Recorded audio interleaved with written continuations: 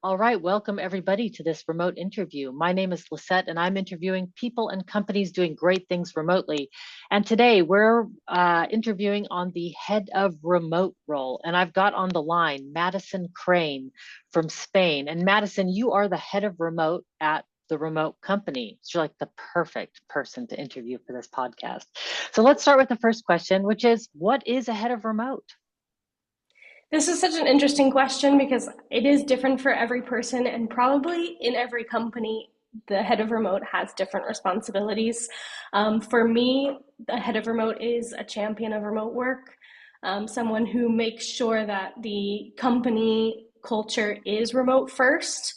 I think we've all seen lots of companies recently adopt that term remote first, but are they actually promoting, are they actually being remote first with their company culture, with their benefits?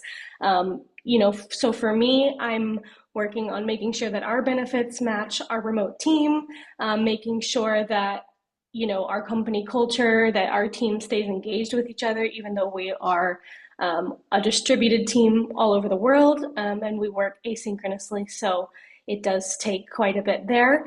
And just branding about being a remote first company. It's been so nice to be able to connect with other companies, other heads of remote who are remote first.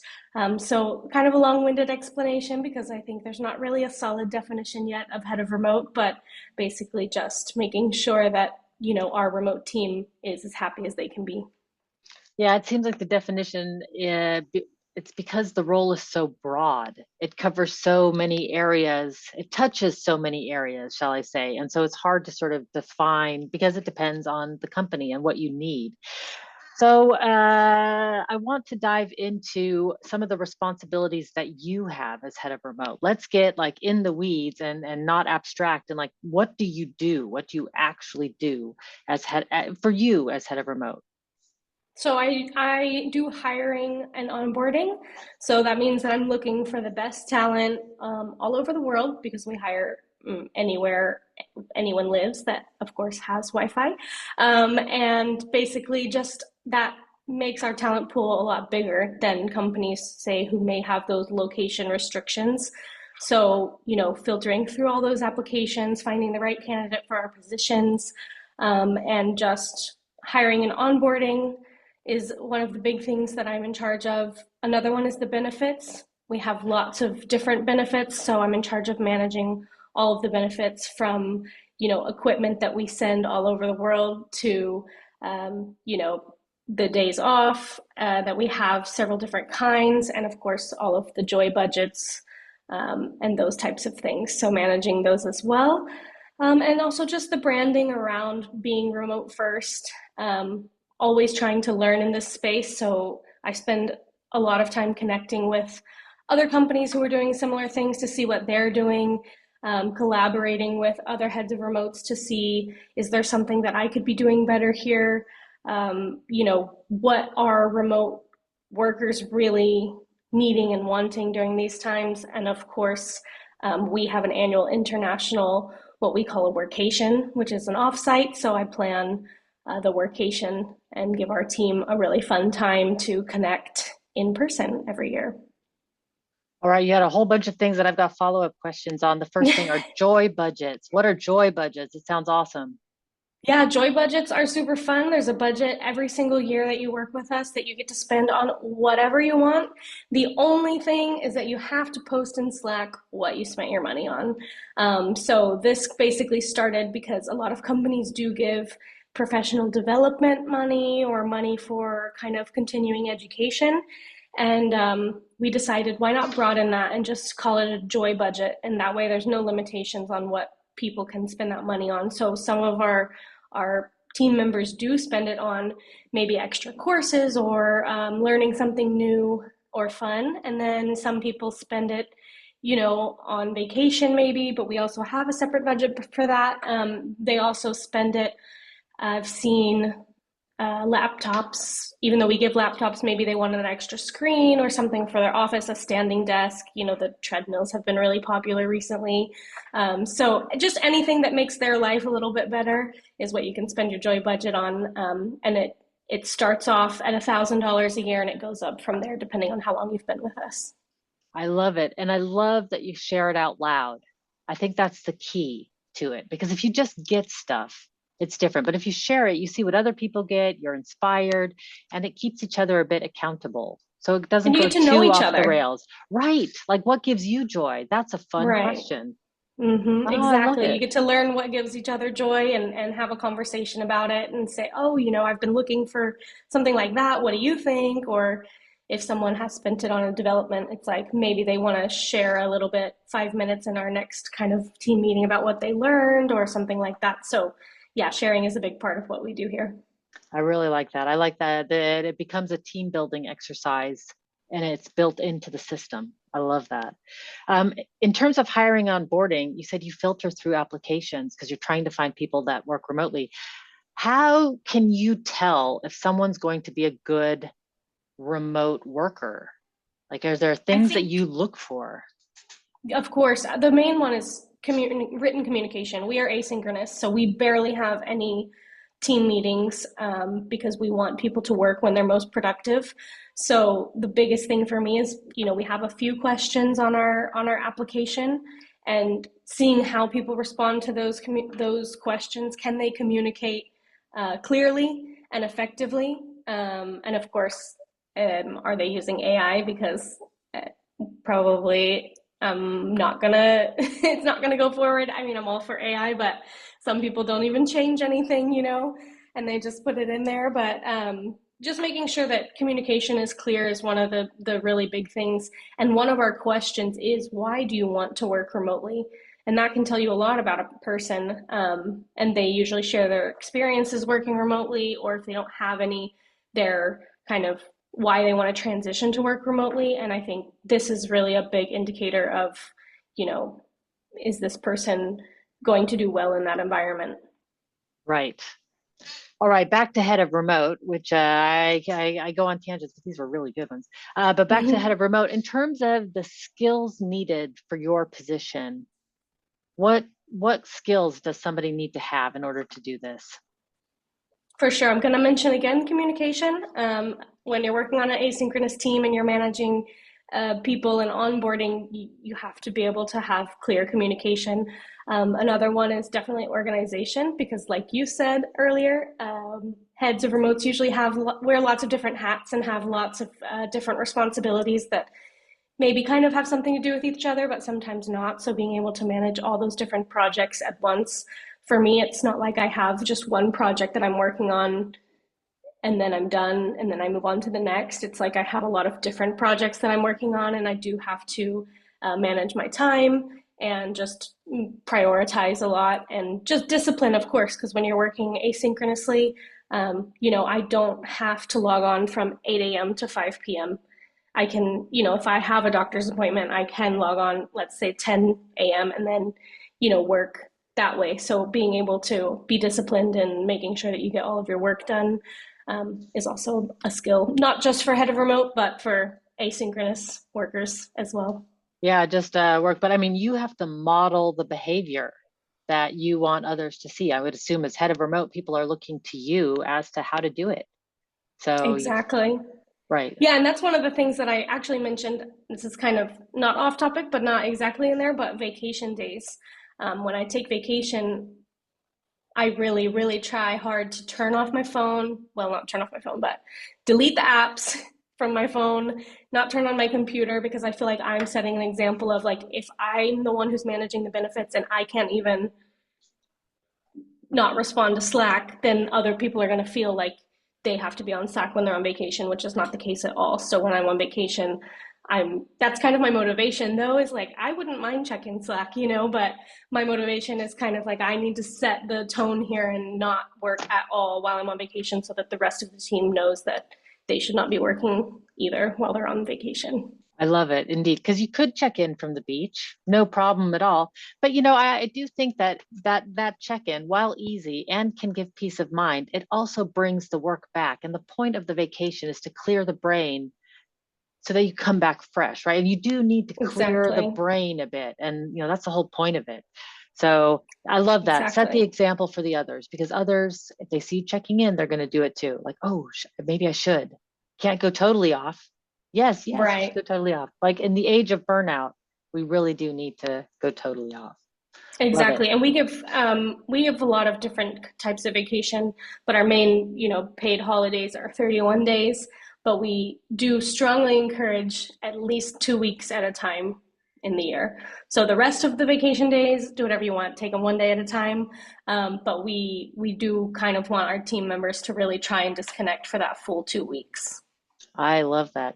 Coming from the US, like a 2-week vacation, a full disconnection is like unheard of. At least it And was that's back in all of your my day. vacation. Right. Right. If you're lucky, I think when I first started 30 years ago, it was 5 days a year. Like, and then it included It's holidays. It was insane. crazy. It was totally crazy.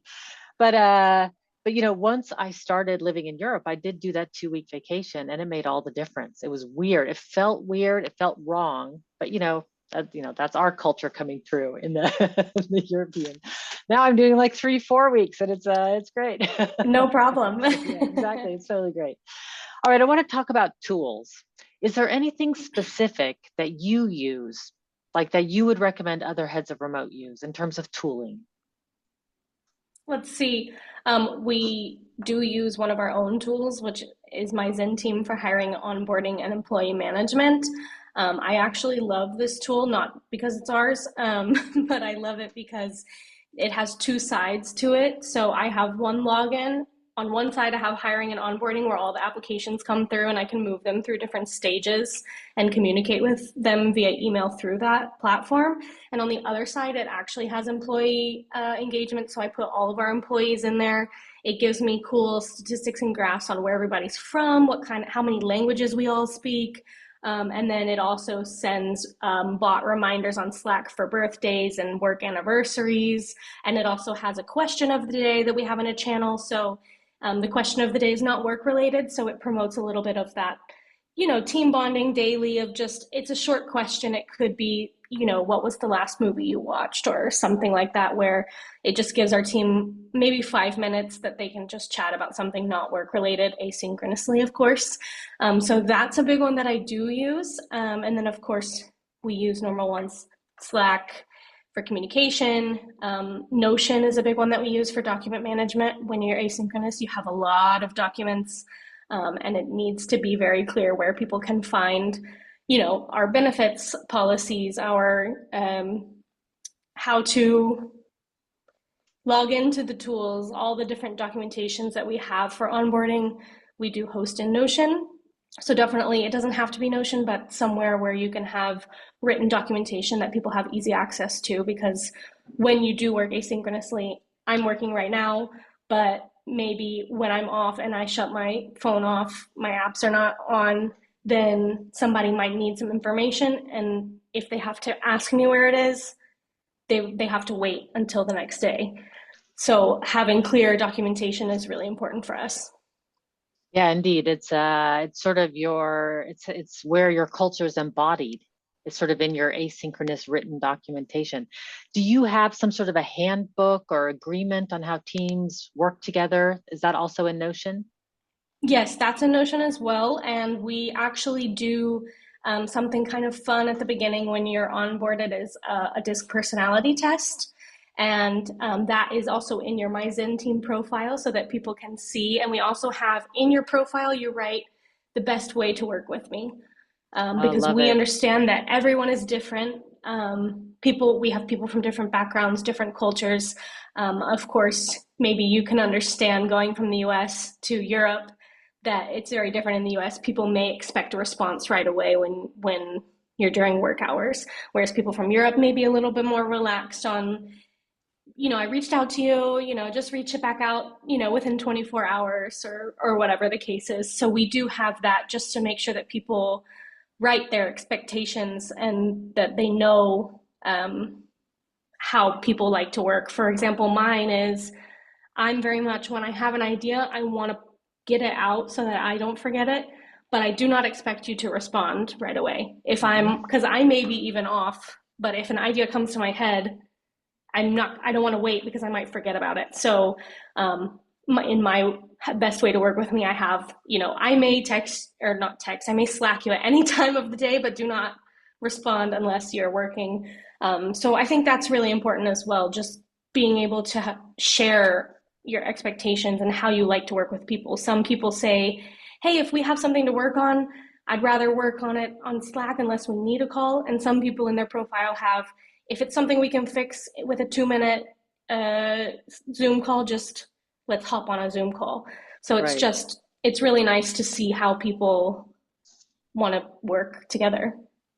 And I think it's almost a benefit of the virtual world is that we can have these profiles that you can look at before you talk to people. It's like in the real world, I would say in person, you don't have something that flashes up that's like, oh, this person is an introvert or this person, whatever it is. It would be so handy to have that, just that basic information. Oh, I love it. So it sounds like Yeah, and my you do Zen. get, Oh, oh, go ahead. sorry. No, I was please. going to say, you do get to know the people and you don't have to refer to those, after you've been on the team for a while. But I love it for new team members because I think when you join a team, it can be, we try to make it, of course, as like least intimidating as possible, but it can be when you don't know all these different people, and especially behind a screen, you're like, oh, should I message that person? Should I, what should I do if I want something from that person? And so having these profiles is, I think it definitely just eases the transition into the team. Indeed. I mean, in the old days, there was only one way to talk to somebody, and that would be to call them, right? And now there's 100 And tools, now and I avoid everybody has their calls like the preference, plague. right? I haven't picked up my Do phone in not. ages. It's a camera, as far as I'm concerned.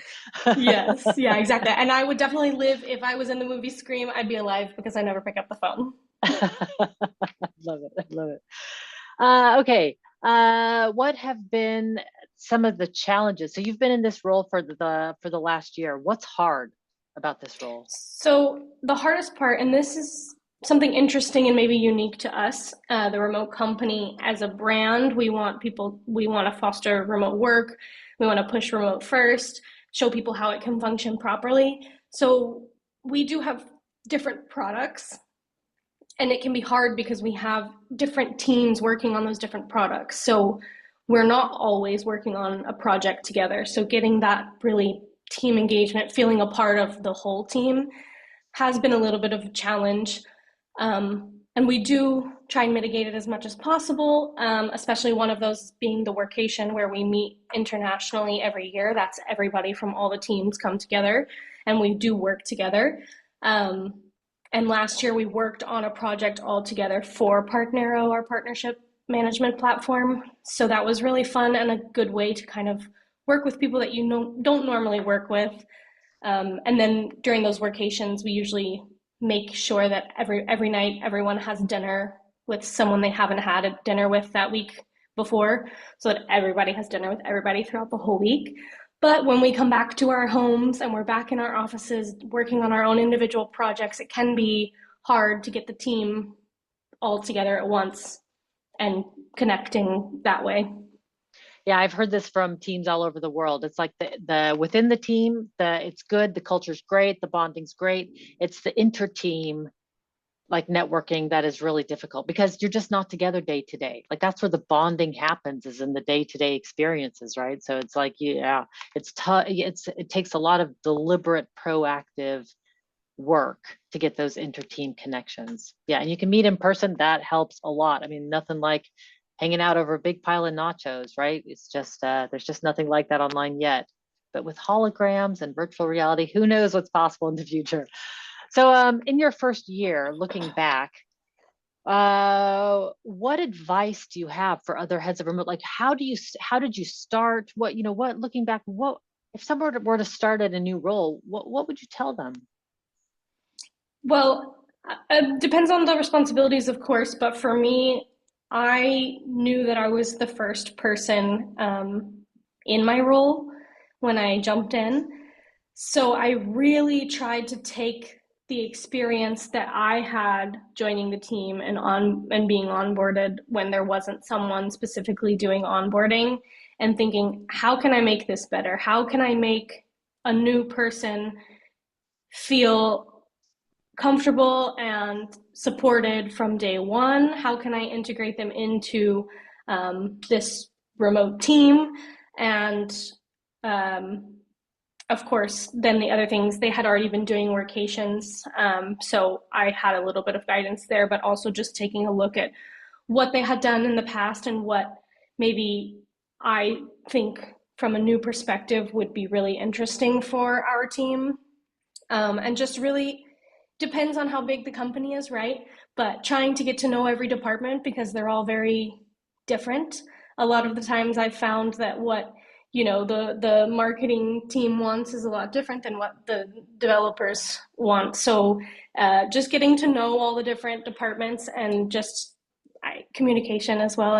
I'm a big proponent of that. Just open communication, letting people know they can come to you with any questions. If even though we have Notion documents about all of our benefits, all of our policies, but just letting them know, like, if something is not, you're not understanding something, feel free to reach out to me. And also, one of the big things that I did when I first started was go through all of the documents on Notion, to make sure that they were all where they should be, clean them up a little bit, just kind of really just making sure that that was everything was easily accessible for our team. Right. Just, I mean, everything grows and builds and sort of changes over time. And indeed, in the past, I always advocated for a remote office manager, but that does not at all encompass, the head of remote really sort of encompasses what the role actually is. But I was thinking like somebody who organizes the files and cleans up like the legacy stuff that doesn't need to be there and keeps things, because it's just needed. Somebody needs to attend to it. Otherwise you have just boxes, literal virtual, I mean, boxes and boxes and boxes of files everywhere. And I Yeah, and when there's really, no eyes on it, right. like, it just builds, like you said, it can just get out of hand. So that, I mean, although it's not a glamorous task, it's very important. Well, yeah, because when it gets out of hand, it becomes less useful. And when people aren't using it, then I mean, yeah, the point was to make it easy for people to access information, to embody your culture. I love it. One other thing that you said that I really liked was just questioning, how can I make this better? Sounds really simple, but I think it's a really positive, proactive approach. Like, how can I make this situation better? And it's a good way to just step by step improve things as you go. All right, last question before we go off, which is where do you go? You mentioned several times that you connect with other remote first companies and talk with other heads of remote. Where do you go to find your advice when you need help? Sure. I'm in a Slack community called Running Remote, and it's really cool because it's a lot of head of remotes, even if that's not their title, but it's like people who are running operation or culture in their company, and CEOs and those types of things of remote first companies. And so you can post there if you have any questions. There's also workshops that I've gone to or I've connected to them. And then, of course, once you're there, connecting with people that you connected with on LinkedIn helps a lot because there may be people who have a similar situation and I can reach out to them directly on LinkedIn. Also part of LinkedIn communities as well. But for me, the biggest one has been Running Remote to Right. connect with similar people. Yeah, amazing community. I'll definitely add that to the show notes. Madison, thank you so much. I've taken copious notes and I really look forward to sharing your knowledge with other heads of remote. Thank you so much for today. Thank you for inviting me. All right, everybody, until next time, be powerful.